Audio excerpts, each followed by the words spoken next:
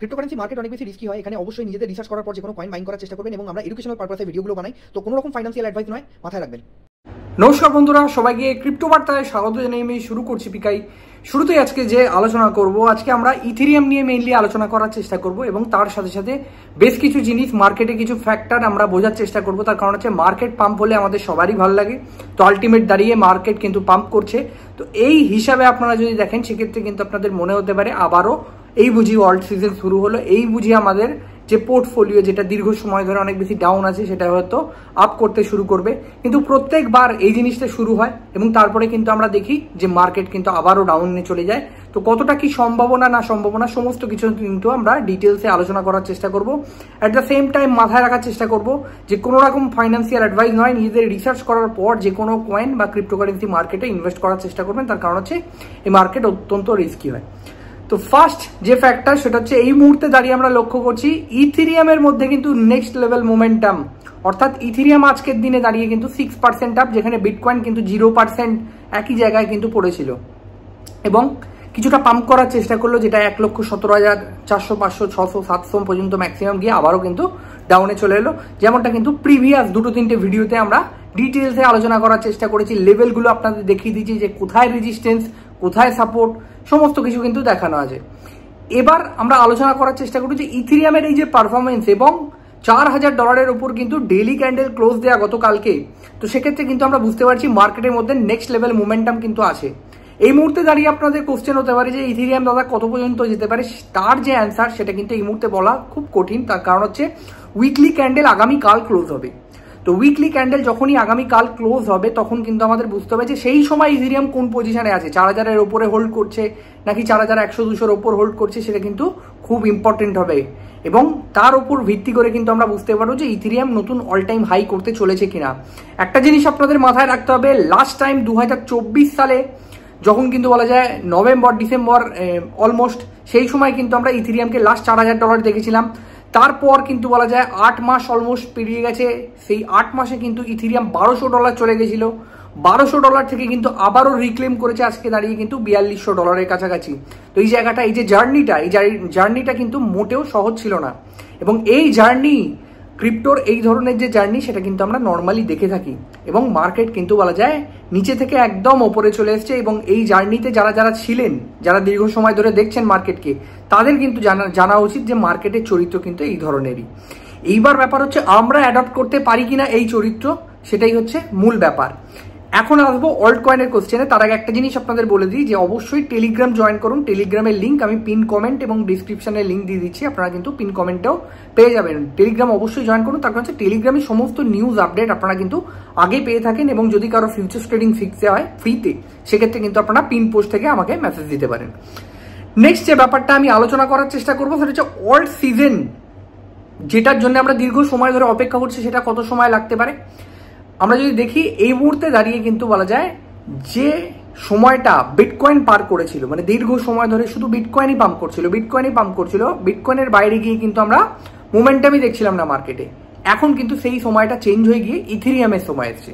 এই সময় দাঁড়িয়ে ইটিএফ এর যে ইনফ্লো যদি আপনারা দেখেন সেক্ষেত্রে কিন্তু বিটকয়েনের থেকে ইথেরিয়ামের ইটিএফ এ ইনফ্লো বেশি হচ্ছে। তো আমরা দেখছি মার্কেটের মধ্যে ইথেরিয়াম কিন্তু ডমিনেট করছে এবং মানি ইনফ্লো সেটা কিন্তু টোটালি কিন্তু আস্তে আস্তে শিফট হচ্ছে ইথেরিয়ামের দিকে, যে কারণে কিন্তু ইথেরিয়াম ভালো পারফরমেন্স করছে। এখনো পর্যন্ত অল্ট কয়েনের মধ্যে কিন্তু আমরা সেই মানি ইনফ্লো দেখতে পাইনি, এটাই হচ্ছে সত্যি কথা, যে কারণে কিন্তু এখনো অল্ট কয়েন সেই লেভেলে পাম্প করেনি। এটাই হচ্ছে মূল বিষয়। এইবার ব্যাপার হচ্ছে কত সময় লাগতে পারে, কি হবে না হবে সেটা নিয়ে আমরা আসবো ডিটেলসে। তার আগে একটা জিনিস আপনাদের বলে দিই যে ইথেরিয়াম ভালো করছে, এটা যেমন মার্কেটের জন্য একটা যথেষ্ট পজিটিভ দিক, at the same time bitcoin স্থির থাকতে হবে। বিটকয়েনকে 1,16,000 বা 1,17,000 কাছাকাছি কিন্তু এখানে স্টেবল থাকতে হবে, বাড়ার দরকার নেই কিন্তু কমারও দরকার নেই। এটা কিন্তু আমরা যদি দেখতে পারি সেক্ষেত্রে কিন্তু আমরা বলতে পারি কিছুটা অল্ট কয়েনের মধ্যে আমরা মোমেন্টাম দেখবো, কারণ যে ফান্ডটা এই সময় দাঁড়িয়ে কিন্তু ইথেরিয়ামে যাচ্ছে সেই ফান্ডটা কিন্তু আগামী সময় ইথেরিয়ামে প্রফিট বুকিং হওয়ার পর, maybe Ethereum all time high করার পর আমরা দেখবো যে প্রফিট বুকিং হয়ে কিন্তু অল্টস কয়েনের মধ্যে যাচ্ছে এবং যখনই কিন্তু অল্টস কয়েনের মধ্যে মানি ইনফ্লো হতে থাকবে তখন কিন্তু আমরা দেখবো অল্ট সিজন। এটাই হচ্ছে মূল ব্যাপার। এইবার ব্যাপার হচ্ছে এর মাঝখানে ডাউন হবে কি ডাউন হবে না এইটা বলা কিন্তু খুব কঠিন, কিন্তু আলটিমেট একটা জিনিস মাথায় রাখবেন, মার্কেট শুধু উঠতে থাকবে এরকমটা কিন্তু হয় না। মার্কেট কিন্তু উঠতে থাকলেও কিছুটা ডাউন আসে, কিছুটা নিচে আসে, এবং অলমোস্ট আমরা দেখি কারেক্ট হতেই কিন্তু মার্কেট পাম্প হয়। তো এই জায়গাটা যদি বুঝতে পারেন তাহলে কিন্তু অলওয়েজ মাথায় রাখার চেষ্টা করুন, মার্কেটে কিন্তু কারেকশন আসন্ন। এখন ব্যাপার হচ্ছে জাস্ট কিছুটা সময় নিচে গেছিল বিটকয়েন 1,11,000-এর কাছাকাছি, এবং সেখান থেকে কিন্তু পাম্প হয়ে এই পজিশনে এসছে, এবং মার্কেটে কিন্তু একটা সলিড নিউজ আপডেট পুশ হয়েছে, যেটা কিন্তু এই যে পেনশন যে রিটায়ারমেন্ট যে নিউজটা এলো আমরা ডিটেলসে কভার করার চেষ্টা করেছি। এক্সিকিউটিভ অর্ডার সাইন করলো ট্রাম্প, তারপরে কিন্তু আমরা দেখলাম মার্কেটের মোমেন্টাম কিন্তু নেক্সট লেভেল এলো। তো এখন ব্যাপার হচ্ছে এটা যে মার্কেটের মধ্যে কিন্তু নেক্সট লেভেল মোমেন্টাম অল্ট কয়েনের মধ্যে কিন্তু দেখতে আমাদের সেম জিনিস লাগবে, যেটা কিন্তু বলা যায় এই মুহূর্তে দাঁড়িয়ে ইথিরিয়ামের মধ্যে হচ্ছে, অর্থাৎ মানি ইনফ্লো কিন্তু ইথিরিয়ামের মধ্যে হচ্ছে, এবং আগামী সময় এই মানি ইনফ্লো যখনই কিন্তু অল্টের মধ্যে হবে তখন কিন্তু আমরা অল্ট কয়েনের মধ্যে পজিটিভিটি দেখতে চেষ্টা করব। এটার জন্য কিছুটা সময় লাগতে পারে, এবং একটা জিনিস ভুলে গেলে হবে না যে আমরা কিন্তু এখনো পর্যন্ত রেড কার্ড দেখিনি, তার আগেই কিন্তু ইথিরিয়াম অল টাইম হাইয়ের কাছাকাছি অলমোস্ট $4200-4300 কাছাকাছি চলে এসছে। এবার ব্যাপার হচ্ছে রেড কাট যেটা চান্সেস সেপ্টেম্বর মাসে কিন্তু এই মুহূর্তে দাঁড়িয়ে 80 to 90%। At the same time মাথায় রাখতে হবে আজকে হচ্ছে স্যাটারডে, সানডে পর নতুন যে সপ্তাহ শুরু হবে সেই সপ্তাহে 12 তারিখ আসবে সিপিআই ডেটা, যে সিপিআই ডেটা কিন্তু বলা যায় ঠিকঠাক এলে আমরা বুঝতে পারবো যে রেড কার্ডের যে সম্ভাবনাটা সেটা কিন্তু 100% হয়ে যাবে, এবং রেড কার্ড কিন্তু সেপ্টেম্বরে হবে। এবার ব্যাপার হচ্ছে রেড কার্ড যদি সেপ্টেম্বরে হয়ে যায় তার আগে থেকে বা মোটামুটি কিন্তু বলা যায় সেই সময় থেকে আমরা মার্কেটে কিন্তু একটা ভালো রকম মোমেন্টাম দেখব, এবং সেই মোমেন্টাম কিন্তু আমাদের নেক্সট লেভেল যে অল্ট সিজনের যে অপেক্ষা বা অল্ট কয়েনের মধ্যে যে নেক্সট লেভেল মোমেন্টাম সেটা কিন্তু এই রেড কার্ডটা নিয়ে আসতে পারে। তো রেড কার্ডের জন্য কিন্তু আমাদের কিছুটা ওয়েট করতে হবে 12 তারিখ। সেক্ষেত্রে কি ধরনের ডেটা আসে, যদি ডেটা খারাপ আসে সেক্ষেত্রে কিন্তু আমরা মার্কেটে কারেকশন দেখবো, যদি ভালো আসে সেক্ষেত্রে কিন্তু আমরা মার্কেটে পাম্প দেখবো।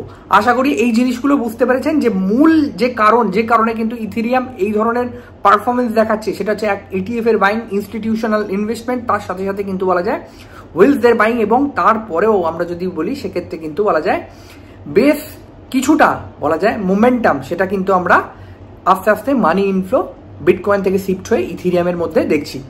একটা জিনিস আপনাদের মাথায় রাখবেন, আমি একটা সপ্তাহে 3টে করে ভিডিও দিয়েছিলাম ইথিরিয়াম সম্পর্কে, যে সময় ইথিরিয়ামের প্রাইস চলছিল $2200-2300 কাছাকাছি, এবং বারবার আপনাদের জানিয়েছি। টেলিগ্রামে আপনারা যদি থেকে থাকেন তাহলে আপনারা জানবেন যে টেলিগ্রামে কিন্তু বড় পোস্ট দিয়ে বলেছিলাম যে ইথিরিয়াম ওই পজিশনে যেখানে কিন্তু $2100-2200 ছিল, সেই সময় কিন্তু আমি নিজে ব্যাক ভরেছি।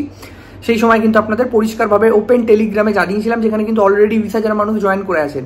তো এই ধরনের যে কল, আলফা কল যদি পেতে হয় সেক্ষেত্রে কিন্তু আপনারা অবভিয়াসলি টেলিগ্রাম জয়েন করে থাকুন, চ্যানেল সাবস্ক্রাইব করুন, ভিডিওকে লাইক করুন, এবং অবশ্যই বন্ধুদের সাথে শেয়ার করুন। তার কারণ হচ্ছে প্রপার ইনফরমেশন এবং প্রপার গাইডেন্স কিন্তু আপনারা ক্রিপ্টো বার্তা চ্যানেলেই পান। ধন্যবাদ সবাইকে, আশা করি বুঝতে পেরেছেন। একটা জিনিস জাস্ট আপনাদের আলোচনা করে দিই, এখন ইথিরিয়াম আমি যখন এই ভিডিওটা বানাচ্ছি সেই সময় চলছে $4200 ওপরে। এর যে সাপোর্ট সেটা কিন্তু আমরা $4160 থেকে $4140 আশেপাশে কিন্তু সাপোর্ট দেখতে পারি। এই সাপোর্ট যদি ব্রেক হয় সেক্ষেত্রে কিন্তু $4000 আশেপাশে, $4020, $4040 বা $4060 এই ডলারের আশেপাশে কিন্তু আরও একটা সাপোর্ট আছে, এবং মেন সাপোর্ট কিন্তু $4000 আশেপাশে, যেটাকে কিন্তু বহু সময় পর ইথিরিয়াম ব্রেক করেছে, এবং এর ওপরে কিন্তু ক্যান্ডেল ক্লোজ দিতে থাকলে, উইকলি ডেইলি ক্যান্ডেল ক্লোজ দিতে থাকলে আমরা কিন্তু যথেষ্ট বুলিশ থাকবো, এবং অল টাইম হাইয়ের দিকে কিন্তু আমরা লক্ষ্য রাখবো। ধন্যবাদ সবাইকে, দেখা হচ্ছে নেক্সট ভিডিওতে।